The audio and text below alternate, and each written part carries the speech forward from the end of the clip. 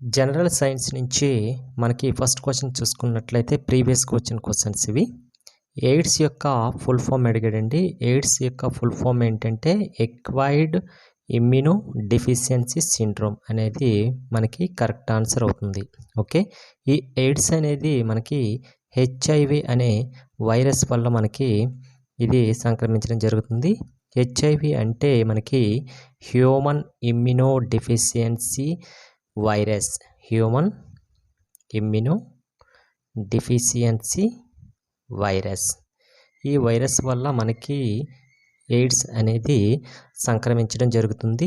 మెయిన్గా ఇంపార్టెంట్గా ఈ డిసీజ్ యొక్క లక్షణం ఏంటంటే మనకి ఇమ్యూన్ సిస్టమ్ మీద ఇది ఎఫెక్ట్ చేస్తుందండి. ఓకే. నెక్స్ట్ మ్యాచింగ్స్ నుంచి ప్రాబ్లం చూసుకున్నట్లయితే copper tea, oral pills, condom and tubectomy అనేసి ఇచ్చాడండి. కాపర్ టీ అనేది మనకి ప్రివెంట్ చేయడానికి మనకి ఇది యూజ్ చేస్తారండి. గైనకాలజిస్ట్లో సజెస్ట్ చేస్తారు కాపర్ టీ అనేది. దీని షేప్ ఎలా ఉంటుందంటే ఈ షేప్ ఈ రకంగా ఉంటుంది. దీనికి ఫీమేల్స్ యొక్క యూటరస్లో దీన్ని ఇంజెక్ట్ చేస్తారండి. మెయిన్ కాపర్ టీ అనేది మనకి ప్రివెన్షన్ అనేది ఫెర్టిలైజేషన్ని కంట్రోల్ చేస్తుంది. ఓకే. నెక్స్ట్ ఓరల్ పిల్స్ ఉన్నాయి కదా. ఈ ఓరల్ పిల్స్ అనేది మనకి ప్రివెంట్ ఇంప్లాంటేషన్ చేస్తాయండి. ప్రివెన్షన్ అంటే ఇంప్లాంటేషన్ చేస్తుంది. అంటే ఇది రెండు కూడాను లేడీస్కి సంబంధించింది. నెక్స్ట్ కండోమ్ విషయానికి వస్తే నెక్స్ట్ ఇదేం చేస్తుందంటే sperms don't react to cervix, అంటే ఈ శుక్ర కణాలు అనేవి ఫీమేల్స్ యొక్క సర్విక్స్లోకి ఎంట్రన్స్ అవ్వకుండా చేయడానికి కండోమ్స్ యూజ్ చేస్తారండి. Next tubectomy. ఇది ట్యూబెక్టమీ అంటే ఇది లేడీస్కి సర్జికల్గా ఆపరేషన్ చేస్తారంటే ఎగ్ విల్ నాట్ రీచ్ యూటరస్కి, అంటే ఎగ్ సెల్స్ అనేవి యూటరస్కి రియాక్ట్ అవ్వకుండా చేస్తారండి. దాన్ని ట్యూబెక్టమీ అంటారు మెడికల్ వర్డ్ ఇది. అదే ఇది ఓన్లీ లేడీస్కి చేస్తారండి. అబ్బాయిలని చేస్తే వ్యాసెక్టమీ అంటారండి. వ్యాసెక్టమీ అంటారు. ఇది ఎవరికి మేల్స్కి ఇచ్చేస్తే వ్యాసెక్టమీ, లేడీస్కి అయితే ట్యూబెక్టమీ అంటారు. ఓకే.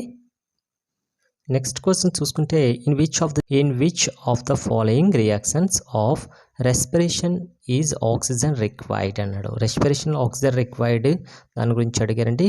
దీనికి conversion of pyruvate to CO2 and H2O and energy అనేది కరెక్ట్ ఆన్సర్ అవుతుంది. ఓకే. నెక్స్ట్ క్వశ్చన్ చూసుకుంటే humans have how many pairs of autosomes అని ఇచ్చాడండి. ఆటోజోమ్స్ ఎన్ని పేర్స్ ఉంటాయి? 22 పేర్స్ ఉంటాయండి. టోటల్గా మనకి 23 పేర్స్ ఆఫ్ క్రోమోజోమ్స్ ఉంటాయండి. మనకి 23 పేర్స్ ఆఫ్ క్రోమోజోమ్స్ ఉంటాయి. అందులో 22 అనేది ఆటోజోమ్స్ అండి. ఓకే. నెక్స్ట్ 1 పేర్ మాత్రం ఇది సెక్సువల్ క్రోమోజోమ్ అండి. అంటే సెక్సువల్ అంటే ఎక్స్ అండ్ వై అనేది ఈ రెండు కూడా ఉంటాయి. ఇది సెక్సువల్ క్రోమోజోమ్. 22 ఆటోజోమ్స్, 1 మాత్రం సెక్సువల్, అంటే దీన్నే అల్లోజోమ్స్ కూడా అంటారు. ఓకే. నెక్స్ట్ క్వశ్చన్ చూసుకుంటే oral contraceptive pills work by stopping, అంటే మనకి ఓరల్ పిల్స్ ఉంటాయి కదా, అవి దానికి యూజ్ చేస్తారంటే ఇది ఏంటి ఓవలేషన్ అండ్ ఇంప్లాంటేషన్ని కంట్రోల్ చేయడానికి, అదే స్టాప్ ఆర్ ప్రివెంట్ చేయడానికి మనకి ఈ ఓరల్ పిల్స్ అనేవి యూజ్ చేస్తారు. ఓకే. నెక్స్ట్ ఈ క్వశ్చన్ చూసుకుంటే which of the following events takes place during diastole in the human heart, అంటే డయాస్టోల్ టేక్స్ ప్లేస్ ఏ ప్లేస్లో జరుగుతుంది అంటే మనకి ఇక్కడ చూసుకున్నట్లే blood enters the aorta, blood enters the lungs, blood leaves the ventricle and blood enters the ventricles అన్నారు.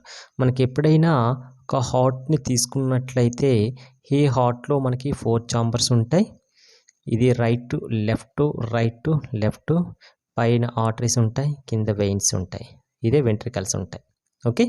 అంటే ఇక్కడ డయాస్టోల్ అంటే ఏంటి, మనకి సిస్టోలు అలాగే డయాస్టోల్ అనేది హార్ట్లో బీట్లు ఉంటాయండి. సిస్టోల్ అంటే బ్లడ్ అనేది లోపలికి రావడం, డయాస్టోల్ అంటే బ్లడ్ లోపల నుంచి బయటికి పోవడం.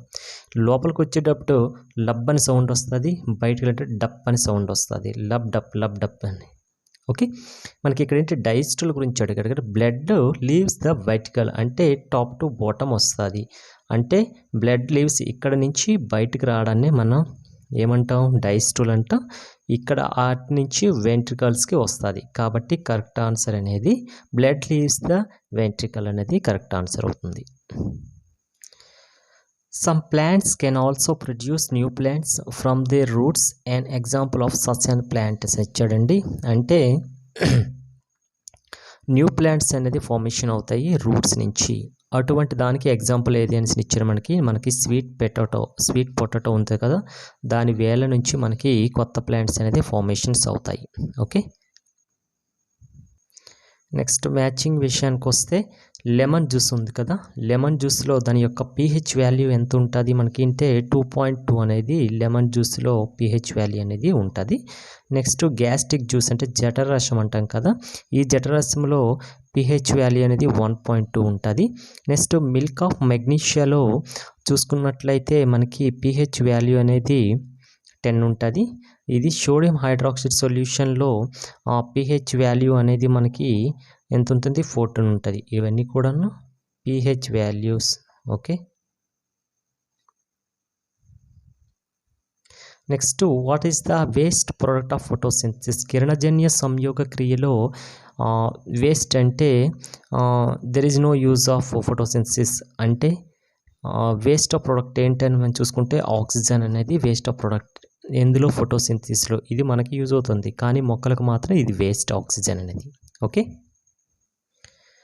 Through which organ is air taken in to the body of human beings అంటే హ్యూమన్ బీయింగ్స్ అనేది ఎయిర్ని దేని ద్వారా తీసుకుంటుంది అనేసి ఇచ్చాడు. వెడ్ పైప్, ఎల్విలియా, బ్రాంకియా, నాస్టిల్స్. నాస్టిల్ ద్వారా కదా మనం ముక్కు ద్వారా కదా మనం గాలిని తీసుకుంటాం, కాబట్టి నాస్ట్రిల్స్ అనేది కరెక్ట్ ఆన్సర్ అవుతుంది. ఓకే. నెక్స్ట్ ప్రాబ్లం చూసుకున్నట్లయితే next question, which of the following is required to the break down of glucose in human cells to provide energy అనేసి ఇచ్చాడండి. ప్రొవైడ్ దీనికి ఆక్సిజన్ అనేది కరెక్ట్ ఆన్సర్ అవుతుంది.